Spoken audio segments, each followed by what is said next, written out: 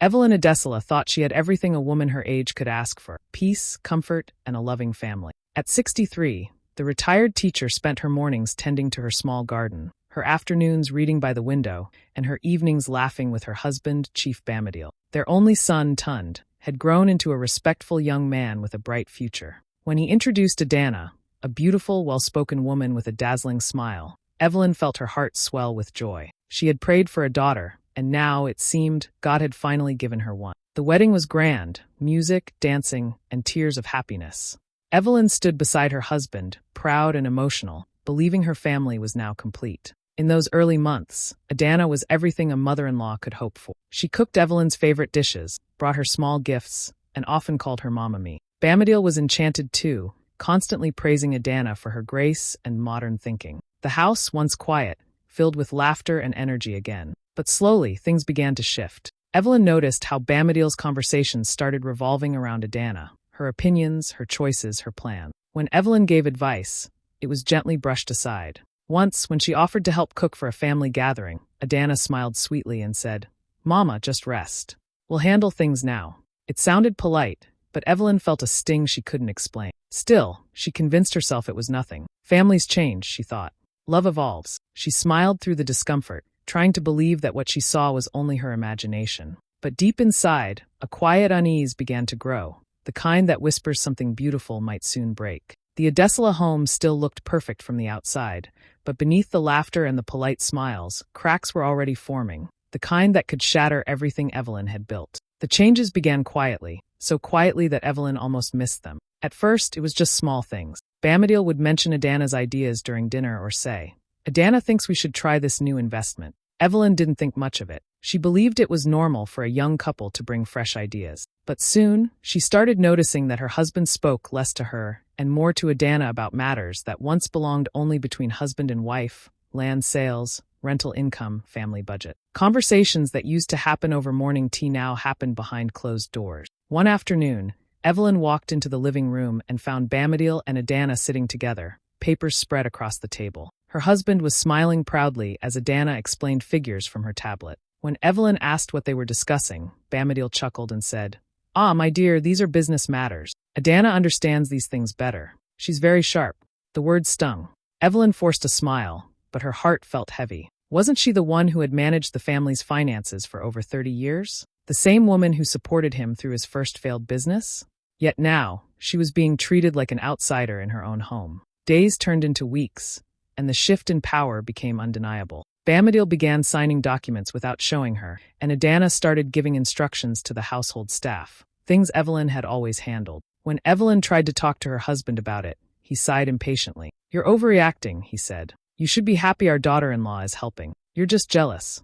The word jealous echoed in Evelyn's mind long after he left the room. One morning, a courier delivered an envelope from the bank. Evelyn opened it, expecting a routine statement. But her hands began to tremble. Her name had been quietly removed from several joint accounts.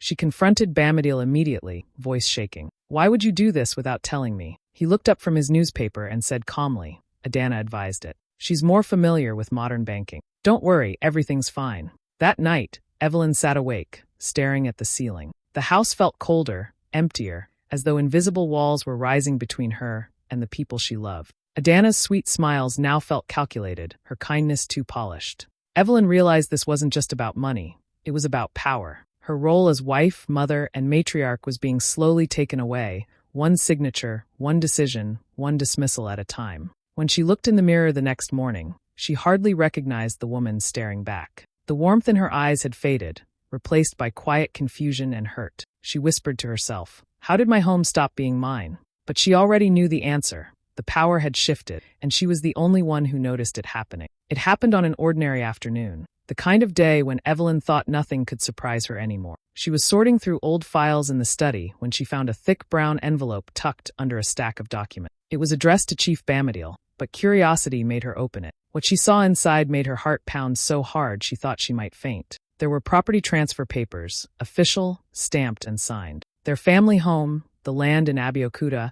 and even the rental flats she had helped finance, all transferred to Tund and Adana. Her eyes moved to the fine print, and that's when her breath caught. There was a clause stating that even if the marriage between Tund and Adana ended, Adana would remain co-owner of all assets. Evelyn's hands began to tremble. She felt dizzy, betrayed, and suddenly small in the very house she once ruled. Every wall around her seemed to close in, whispering her husband's betrayal back at her. When Bamidil came home that evening, Evelyn stood by the door holding the documents. "What is this?" she asked, her voice shaking. He looked at her with irritation rather than guilt. "Ah, you've been snooping again," he said flatly. "It's for their future. We're getting old, Evelyn. We need to secure things for the next generation." "For the next generation?" she repeated, her voice rising. "You've given away everything I worked for, everything I helped you build, without even telling me." Tears welled in her eyes, but Bamidil didn't flinch.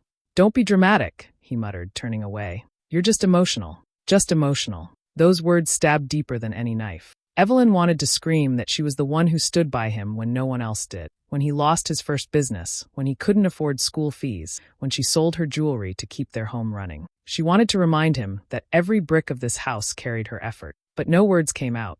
The pain was too big for language. Tund walked in during the confrontation, his face tense. Evelyn turned to him, desperate. "Tund, say something. You know this isn't right." But he just looked down at the floor, avoiding her eyes. "Mama, please, let's not make this worse," he whispered. That silence hurt even more than his father's betrayal. That night, Evelyn sat alone on the veranda, the signed papers beside her. She stared at the inked signatures, the marks that erased decades of her life's work. She realized it wasn't just property she had lost. It was respect, trust, and the bond that held her family together. The next morning, she quietly folded the papers back into the envelope and placed them on her husband's desk. Her hands no longer shook, only her heart did. For the first time in her life, Evelyn understood that betrayal doesn't always come with lies or loud fights. Sometimes it comes quietly, signed neatly in ink by the hands you once trusted most.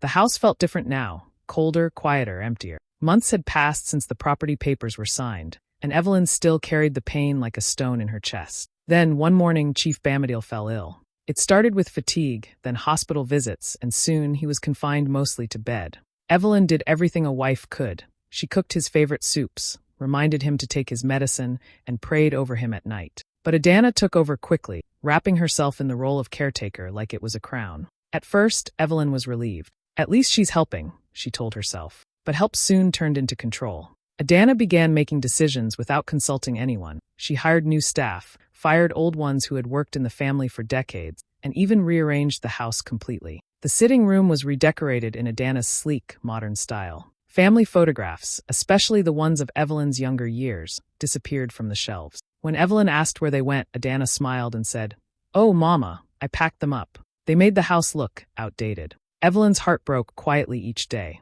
She noticed how the household staff now looked to Adana for instruction. Her husband, weak and tired, didn't seem to notice anything. He just nodded at whatever Adana said. And Tund, her son, her only child, was caught in the middle but chose silence every time. That silence became the loudest betrayal of all. Then came the dinner that changed everything. It was supposed to be a small family gathering, a night to lift Bamidil's spirits. Evelyn dressed simply in her favorite blue lace, hoping for a peaceful evening. But from the moment she entered the dining room, she sensed tension. Adana sat at the head of the table, confidently giving orders to the cook. Evelyn took her usual seat beside her husband, only to find Adana had already placed her there. During the meal, Adana began talking about modern women and how older generations needed to make space for progress. Her words were sharp but coated with politeness. Everyone at the table laughed, everyone except Evelyn. When Evelyn tried to respond, Adana smiled sweetly and said, "Mama, you wouldn't understand. You're old-fashioned. Times have changed." The room went quiet. Tund looked away.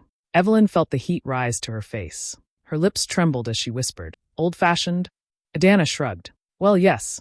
We appreciate what you did, Mama, but you should rest now. You're just a guest here. You deserve peace." The words struck like lightning. A guest. In her own home. The house she helped build, the walls she painted, the garden she planted, all now belonged to someone else.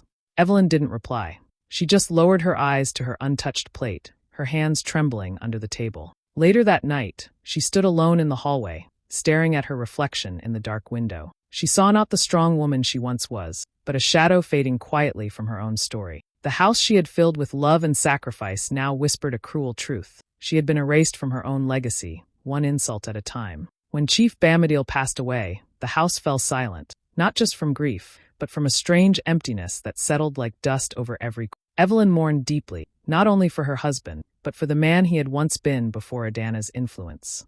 She stood by his coffin, her eyes dry from too many tears already shed in private. Around her, people whispered kind words, but she felt numb. The man she had loved, fought for, and forgiven so many times was gone, and with him, the last thread of protection she had left. Adana took control almost immediately. Within a week of the funeral, she was already giving instructions to lawyers, contractors, and staff. Evelyn tried to keep her distance, focusing on prayer and small routines to stay calm. But one afternoon, Adana came to her with a too-sweet smile and said, "Mama, I think we should renovate the house. It's time to modernize things. You'll need to move out for a while so the work can begin." Evelyn's stomach turned. "Move out?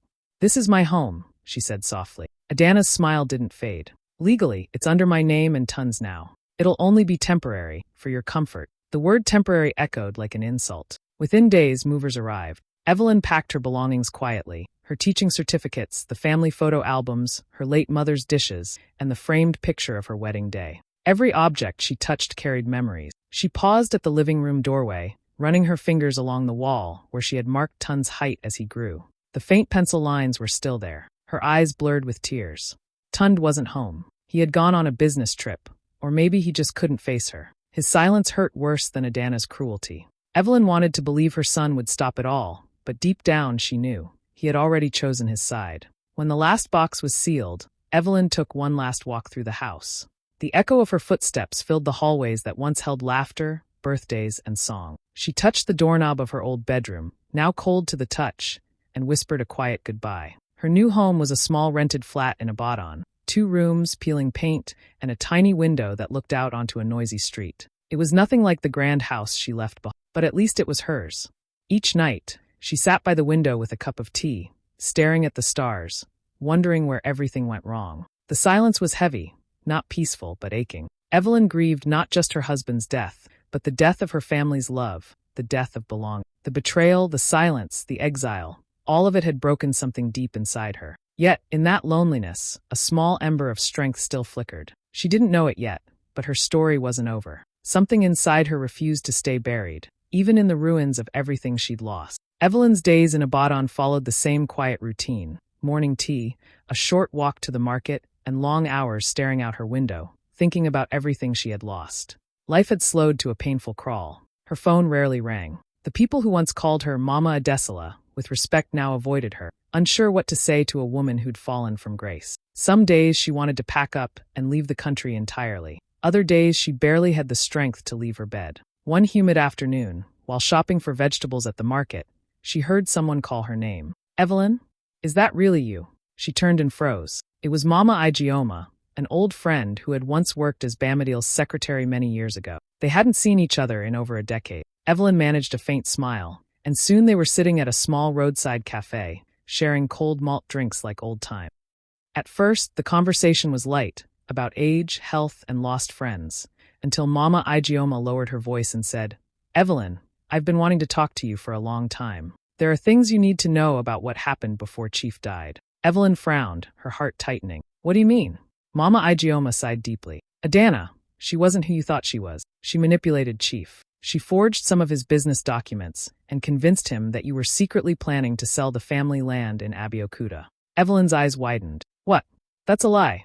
I never." "I know," Mama Ijeoma interrupted gently, "but she made it look real. She created fake letters, and even used your old signature from old bank form. She showed them to Chief, told him you were planning to betray him. That's why he changed the property documents. He thought he was protecting the family." Evelyn felt the world tilt beneath her feet. The cafe around her faded into noise. "She lied to him," she whispered, tears forming. "All this time, he thought I was the one trying to take everything?" Mama Ijeoma nodded sadly. "There's more. Funds that were meant for the Adesela Foundation, the charity you helped start, were secretly diverted into Adana's own company. I saw the transfers myself before I retired. I kept copies of some papers, just in case." She reached into her bag and slid an envelope across the table. Evelyn's hands shook as she opened it. Inside were photocopies of signed checks, forged letters, and records of fake accounts.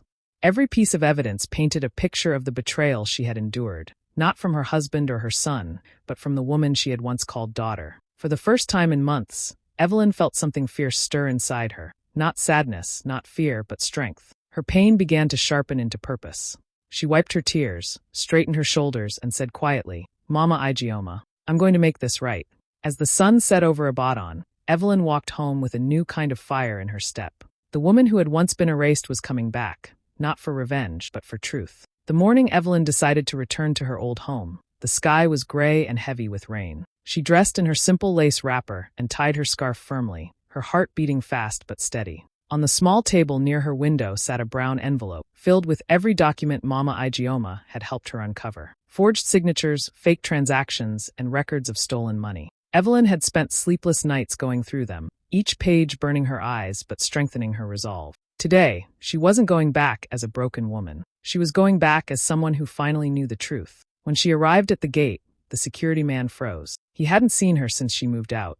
"Good afternoon, Mama," he stammered. "They didn't tell me you were coming." Evelyn smiled faintly. "That's fine, my son. I didn't tell them either." She walked in, her head held high, the familiar compound feeling both strange and painfully familiar. The flowers she once planted were gone, replaced by cold marble decorations. It didn't matter. She wasn't here to mourn. She was here to reclaim her dignity. Adana was in the living room, lounging in a silk robe, her phone pressed to her ear. When she saw Evelyn, her face went pale. "Mama, you should have called before coming." Evelyn's calm voice cut through the air. "If I had called, you wouldn't have been here." Moments later, Tund entered, clearly caught off guard. "Mama?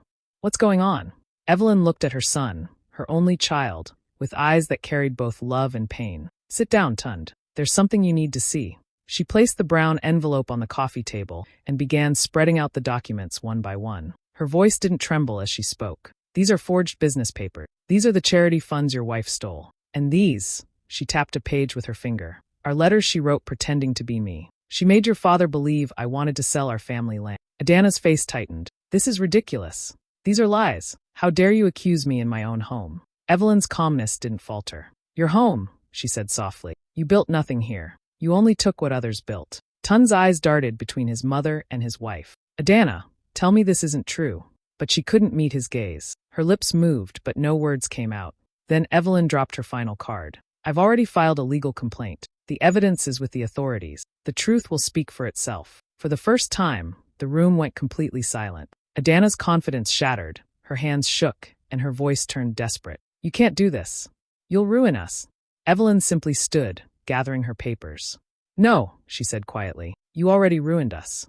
As she turned to leave, she caught a glimpse of Tun's face, filled with shock, shame, and guilt. The illusion of his perfect marriage was gone, and he finally saw what his mother had endured. Evelyn walked out into the rain, her clothes soaked but her spirit free. For the first time in years, she didn't feel small. She felt powerful, not because she had won, but because she had found her voice again. The courtroom was packed the day the case began. Reporters filled the hallway, cameras flashing as people whispered the Adesela family name like it was gossip from a TV drama. For years, the family had been respected, known for wealth, power, and dignity. Now they were in the news for all the wrong reasons. Evelyn sat quietly on one of the benches, her hands folded in her lap, her heart heavy but steady. She didn't come for revenge. She came for the truth, and finally it was about to be heard. Adana entered the courtroom dressed elegantly, but the panic behind her calm smile couldn't be hidden. Her lawyer spoke fast, denying the allegations, painting her as a misunderstood woman. But the evidence Evelyn and Mama Igioma had gathered was too strong. The forged signatures, the fake letters, the diverted funds. Everything was laid out clearly before the judge. One by one, the lies began to crumble. Tun sat a few seats away from his mother, his face pale, his eyes fixed on the floor. He looked like a man who had just woken from a long, painful dream. When his wife's lawyer tried to shift the blame toward Bamadil, Evelyn's heart clenched. Her late husband had been a good man, only blinded by manipulation. She whispered a prayer for his soul, wishing he could see the truth now. Days passed, and each hearing exposed more secrets.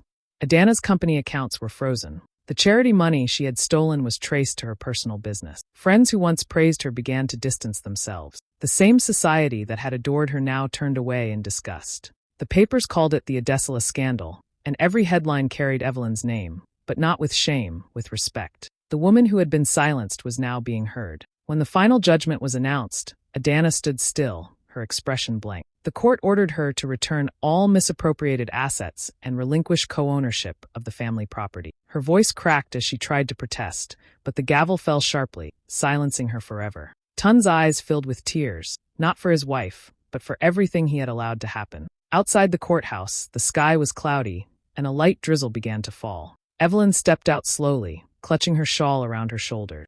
Cameras flashed again, and journalists shouted her name, asking for a comment. She didn't respond. She simply looked up at the gray sky, tears streaming down her face. "I didn't want revenge," she whispered softly. "I just wanted the truth." Her words hung in the air, barely audible, but powerful enough to quiet those around. The rain grew heavier, washing away the dust on the courthouse steps, as if cleansing the pain that had stained her life for years. Evelyn turned and began to walk away, her footsteps firm and steady. Behind her, the once grand Adesla family name lay broken, its illusions destroyed. But ahead of her, something new waited, peace. She had lost everything, yet somehow she had found herself again. It had been weeks since the court case ended, and life in Abaddon had settled into a quiet rhythm. Evelyn had begun organizing her new foundation, helping widows and single mothers reclaim their independence. Yet, even in her small victories, a part of her ached for the family she had lost, for the son who had once been her world. One afternoon, there was a soft knock on her door. She opened it to see Tund standing there, shoulders slumped,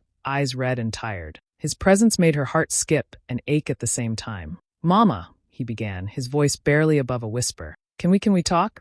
Evelyn stepped aside silently, gesturing for him to come in. The apartment was modest, nothing like the grandeur of the house he had grown up in, but it was warm and lived in. Tund sank into a chair, his hands clasped tightly. For a moment, no words came. He just stared at the floor, ashamed. Finally, he looked up. "Mama, I was blind. I was so proud, and I let Adana manipulate me. I thought I was doing the right thing, supporting my wife, but I hurt you. I hurt you more than I can even explain." His voice cracked, and tears fell freely down his cheeks. Evelyn felt the old pain stir inside her. The betrayal, the humiliation, the long years of being pushed aside. She wanted to yell, to cry, to make him feel the weight of what she had endured. But instead, she sat quietly, letting him speak. "I should have listened to you," Tund continued, his hands shaking. "I should have seen the truth. I betrayed my own mother, Mom. I'm so sorry." His voice broke entirely, and in a moment that shocked Evelyn, he sank to his knees before. "Please, Mama, forgive me. I don't expect you to, but please, I need it." Evelyn looked down at him, her own eyes wet. The hurt was still there, raw and heavy, but she also saw his genuine remorse. She reached out, placing a hand gently on his shoulder. "Tund," she said softly, "forgiveness doesn't erase betrayal. It doesn't make the pain disappear, but it can transform it. It can help you, and it can help me. It doesn't mean I forget what happened. It means I choose not to let it destroy me any longer." Tund nodded, tears streaming, relief washing over his face. They sat in silence for a long while, just breathing together, the weight of decades of unsaid words slowly lifting. Evelyn didn't hug him immediately, didn't make grand gestures. There was no fairy tale reunion, no sudden magical healing. It was quiet. It was slow. It was real. When he finally stood, they both knew this was a beginning, not an ending. They would have to rebuild trust, step by step, but there was hope now, fragile and honest. Evelyn smiled faintly, the warmth in her heart slowly returning. "Come," she said. "Sit with me. Let's talk about how we move forward together." And for the first time in years, mother and son began to find each other again, carefully, tenderly, with the kind of patience only truth and love can teach. Years had passed since the storm in Evelyn's life, and the pain of betrayal had softened into quiet strength. With the assets she had recovered from Adana, she built something new, not just for herself, but for others who had suffered in silence. In the heart of Abaddon, she opened a women's foundation, a safe place where widows, single mothers, and women facing financial abuse could learn, grow, and reclaim their independence. The walls were painted bright, warm colors, and the rooms were filled with books, computers, and laughter, the kind of energy Evelyn had missed for so long. Her old home, the one Adana had once claimed as her own, had been restored. It was now a safe house and learning center for women who needed support. Evelyn walked through the corridors each morning, greeting staff and women who came in with heavy hearts but hopeful eyes. She saw herself in them, the quiet courage, the fight to be heard, the determination to stand tall despite the world trying to knock them down. Tund often came to volunteer. He helped organize workshops, set up classes, and even coached some of the young women on business skill. Slowly, he rebuilt his mother's trust, showing that he had learned from the mistakes of the past. Evelyn watched him, her heart a mixture of love and caution, knowing that healing didn't erase pain, but it could create something stronger. One afternoon, Evelyn stood outside the restored home, the sun shining gently, children laughing in the courtyard as they played. She smiled, a soft, contented smile, and whispered to herself, "What we lose in betrayal, we gain in clarity." The sound of laughter filled the air, a reminder that life could be rebuilt, joy could return, and legacies could be restored. Evelyn had not only reclaimed her home and her dignity, but had transformed her story into hope. For for herself, for her son, and for every woman who would walk through those doors. The past was behind her, but its lessons had created a future brighter than she ever imagined.